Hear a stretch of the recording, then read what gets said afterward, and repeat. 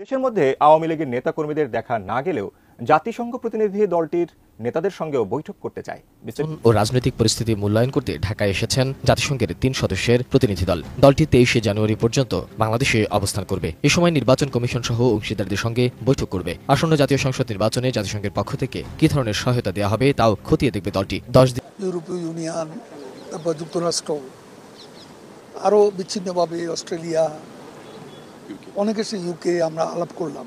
জাতিসংঘের সাথে আওয়ামী লীগের বৈঠক দিয়ে কি আন্তর্জাতিকভাবে আওয়ামী লীগ পুনর্বাসিত হতে যাচ্ছে? আসসালামু আলাইকুম। আওয়ামী লীগের সাথে বৈঠক করলেন জাতিসংঘ। আপনারা জানেন যে গত 2 দিন আগে জাতিসংঘ একটা বার্তা দিয়েছিল যে তারা আওয়ামী লীগের সাথে বৈঠক করতে চায়, এবং বৈঠক শেষে কি বললেন ওবায়দুল কাদের, এবং জাতিসংঘের মত বিনিময়ের পর রাষ্ট্রীয়ভাবে বা সারা বিশ্বের একটা তোলপাড় কাণ্ড হয়ে কিনা শেখ হাসিনা বাংলাদেশে আসতে যাচ্ছে কিনা, প্রিয় দর্শক শ্রোতা, গুরুত্বপূর্ণ থাকছে আজকের এই ভিডিও জুড়ে। আশা করি ভিডিওটা শুরু থেকে শেষ পর্যন্ত দেখবেন, কি বলা হচ্ছে সেই প্রতিবেদনগুলো। ছাত্র জনতার গণ অভ্যুত্থানে দেশ ছেড়ে পালিয়েছে শেখ হাসিনা সহ আওয়ামী লীগের প্রথম সারির নেতারা।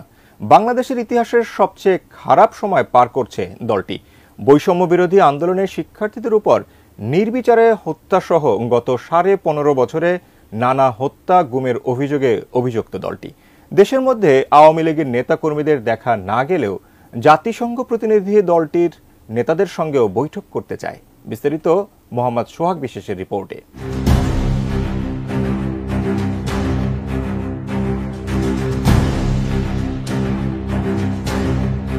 দেশের নির্বাচন ও রাজনৈতিক পরিস্থিতি মূল্যায়ন করতে ঢাকায় এসেছেন জাতিসংঘের ৩ সদস্যের প্রতিনিধি দল।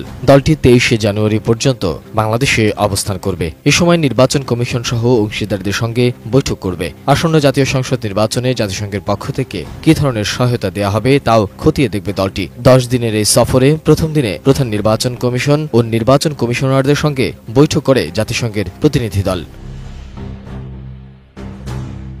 ঢাকায় নিয়োজিত জাতিসংঘের আবাসিক সমন্বয়কারী গোয়েন লুইস বলেছেন, বাংলাদেশে আগামী জাতীয় নির্বাচন কবে হবে সেটি সরকার ও রাজনৈতিক দলগুলো ঠিক করবে। নির্বাচনের সময়সীমা নিয়ে তারা কোনো মন্তব্য করতে চান না। And understanding the environment that the elections will be held. So none of those policy decisions have been made, and again we're assessing first before we make any decisions. And in actual fact, it's the government of Bangladesh with the Election Commission who will make the decisions about what they want, how they want to hold their elections, and any policy decisions. Design, elegance, beauty. সেরা পণ্য সবার জন্য জেভিকো। 2014 সালের একতরফা নির্বাচনের পর কার্যত ইসিকে সহযোগিতা বন্ধ করে দেয় জাতিসংঘ। 2018 সালে অনুষ্ঠিত নির্বাচনে সীমিত আকারে সহায়তা দিয়েছিল। ওই নির্বাচনে বিএনপি সহ অন্যান্য রাজনৈতিক দলগুলো অংশ নিয়েছিল। তবে আসন্ন ত্রয়োদশ জাতীয় সংসদ নির্বাচনে সব ধরনের সহায়তার আশ্বাস দিয়েছে জাতিসংঘের ঢাকাস্থ কার্যালয়। 20 জানুয়ারি শুরু হওয়া বাড়ি বাড়ি গিয়ে ভোটার তালিকা হালনাগাদ কার্যক্রমে তথ্য সংগ্রহকারীদের ব্যাগ সরবরাহ সহ কারিগরি সহায়তা দিতেও রাজি হয়েছে জাতিসংঘ। গণ অভ্যুত্থানে 5 আগস্ট আওয়ামী সরকারের পতনের পর দেশের আরেকটি নির্বাচনের আলোচনা চলছে। বিএনপি, জামায়াত ইসলাম সহ রাজনৈতিক দলগুলো নির্বাচনের দাবি জানিয়ে আসছে। অন্তর্বর্তী সরকারের প্রধান উপদেষ্টা ডক্টর মোহাম্মদ ইউনূস চলতি বছরের ডিসেম্বরে অথবা আগামী বছর জুনের মধ্যে ত্রয়োদশ জাতীয় সংসদ নির্বাচন আয়োজনের কথা জানিয়েছেন। ওই নির্বাচনের প্রস্তুতি শুরু করেছে নির্বাচন কমিশন। নির্বাচন ব্যবস্থা সংস্কারের পর চূড়ান্ত প্রস্তুতি শুরু করবে ইসি। গত বছরের 7 জানুয়ারি দ্বাদশ জাতীয় সংসদ নির্বাচন অনুষ্ঠিত হয়েছে। ওই নির্বাচনে বিএনপি সহ বিরোধী দলীয় দলগুলো অংশ নেয়নি। আওয়ামী লীগের প্রার্থীদের সঙ্গে একই দলের নেতাকর্মীদের স্বতন্ত্র প্রার্থী হিসাবে প্রতিদ্বন্দ্বিতা করতে দেখা গেছে। এ কারণে ওই নির্বাচনকে আমিডামি ভোট হিসাবে আখ্যায়িত করা হয়। ওই নির্বাচনে জয়ের মাত্র 6 মাসের মাথায় ছাত্র জনতার গণ অভ্যুত্থানে পতন হয় আওয়ামী সরকারের। ওই সরকারের প্রধান শেখ হাসিনা ভারতে পালিয়ে যান। ডক্টর মোহাম্মদ ইউনূসের নেতৃত্বে অন্তর্বর্তী সরকার গঠিত হয়। বর্তমানে বিএনপি সহ বিভিন্ন রাজনৈতিক দল দ্রুত নির্বাচনের দাবি করে আসছে। জাতিসংঘের এই মূল্যায়ন দলটি বিভিন্ন রাজনৈতিক দলের সঙ্গে বৈঠক করবেন, এমনকি আওয়ামী লীগের সাথেও। তারা 10 দিনের সফরে বাংলাদেশে আছেন। আগামী 23 জানুয়ারি পর্যন্ত জাতিসংঘের 3 সদস্য বিশিষ্ট এই প্রতিনিধি দলটি বাংলাদেশে আছেন। এই প্রতিনিধি দলটি বিভিন্ন রাজনৈতিক দলের সাথে বৈঠক করবেন। তারই অংশ হিসেবে বাংলাদেশের অন্যতম প্রধান রাজনৈতিক দল, সর্বশেষ ক্ষমতাসীন রাজনৈতিক দল বাংলাদেশ আওয়ামী লীগের সাথেও জাতিসংঘের এই প্রতিনিধি দলটি বৈঠক করবেন। এই বৈঠকটি কেন? যখন বাংলাদেশে আওয়ামী লীগ বয়কট, আওয়ামী লীগ বর্জন এমন ধোঁয়া তুলছে বর্তমান দখলদার ইউনূস সরকার এবং ছাত্র সমন্বয়ক। যদিও বা আমার দর্শকরা কমেন্ট করে বলেন যে ছাত্র বৈষম্য বিরোধী ছাত্র সমন্বয়ক তাদের বলবেন না, মুক্তিযুদ্ধ বিরোধী ছাত্র সমন্বয়ক বলবেন। এটি যদি বলি তাহলে খুব একটা ভুল হবার নয়। আজকের বাংলাদেশে এসে বাংলাদেশের মানুষ এটি হাড়ে হাড়ে টের পাচ্ছে। তো আমি তাদেরকে ওইভাবে বলতে চাই না, আবার বললেও ভুল হবে না যে মুক্তিযুদ্ধ বিরোধী ছাত্র সমন্বয়ক দল, কারণ আজকের বাংলাদেশ মুক্তিযুদ্ধ বিরোধী তৈরি করে ফেলেছে। তো যেটি বলছিলাম যে জাতিসংঘের প্রতিনিধি দল বাংলাদেশ আওয়ামী লীগের সাথে বৈঠক করবেন।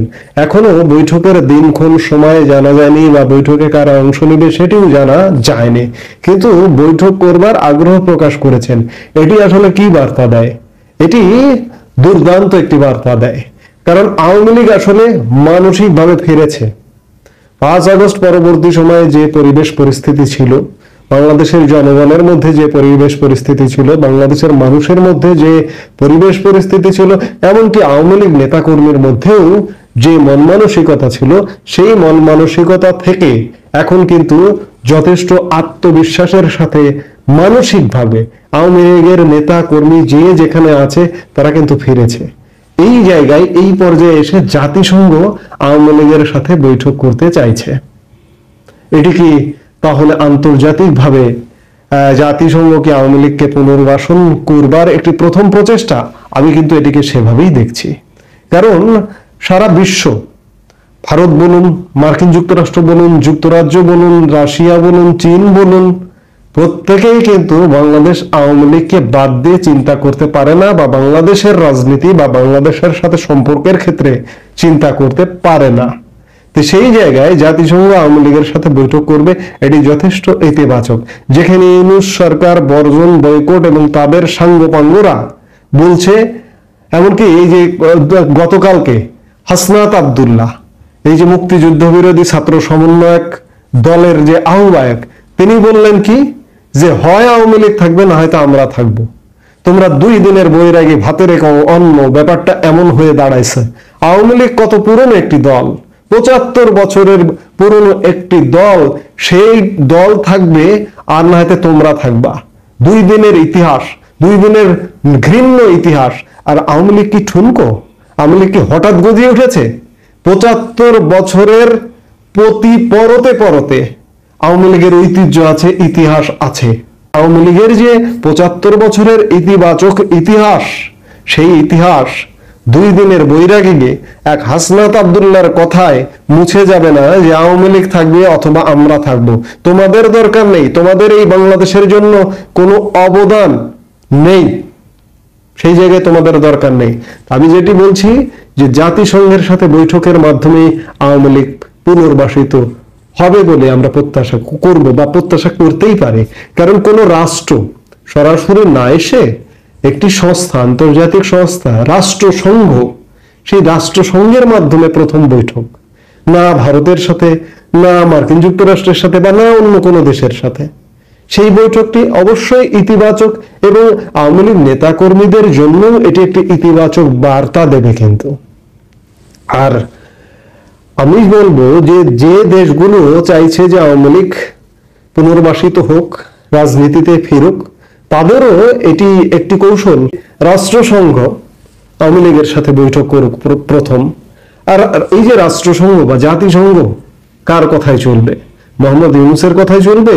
মোহাম্মদ ইউনূস আওয়ামী লীগকে বাদ করে দেবে, বানচাল করে দেবে, কিন্তু জাতিসংঘ তো বাদ করে দেবে না, কিংবা মার্কিন যুক্তরাষ্ট্র তো বাদ করে দেবে না।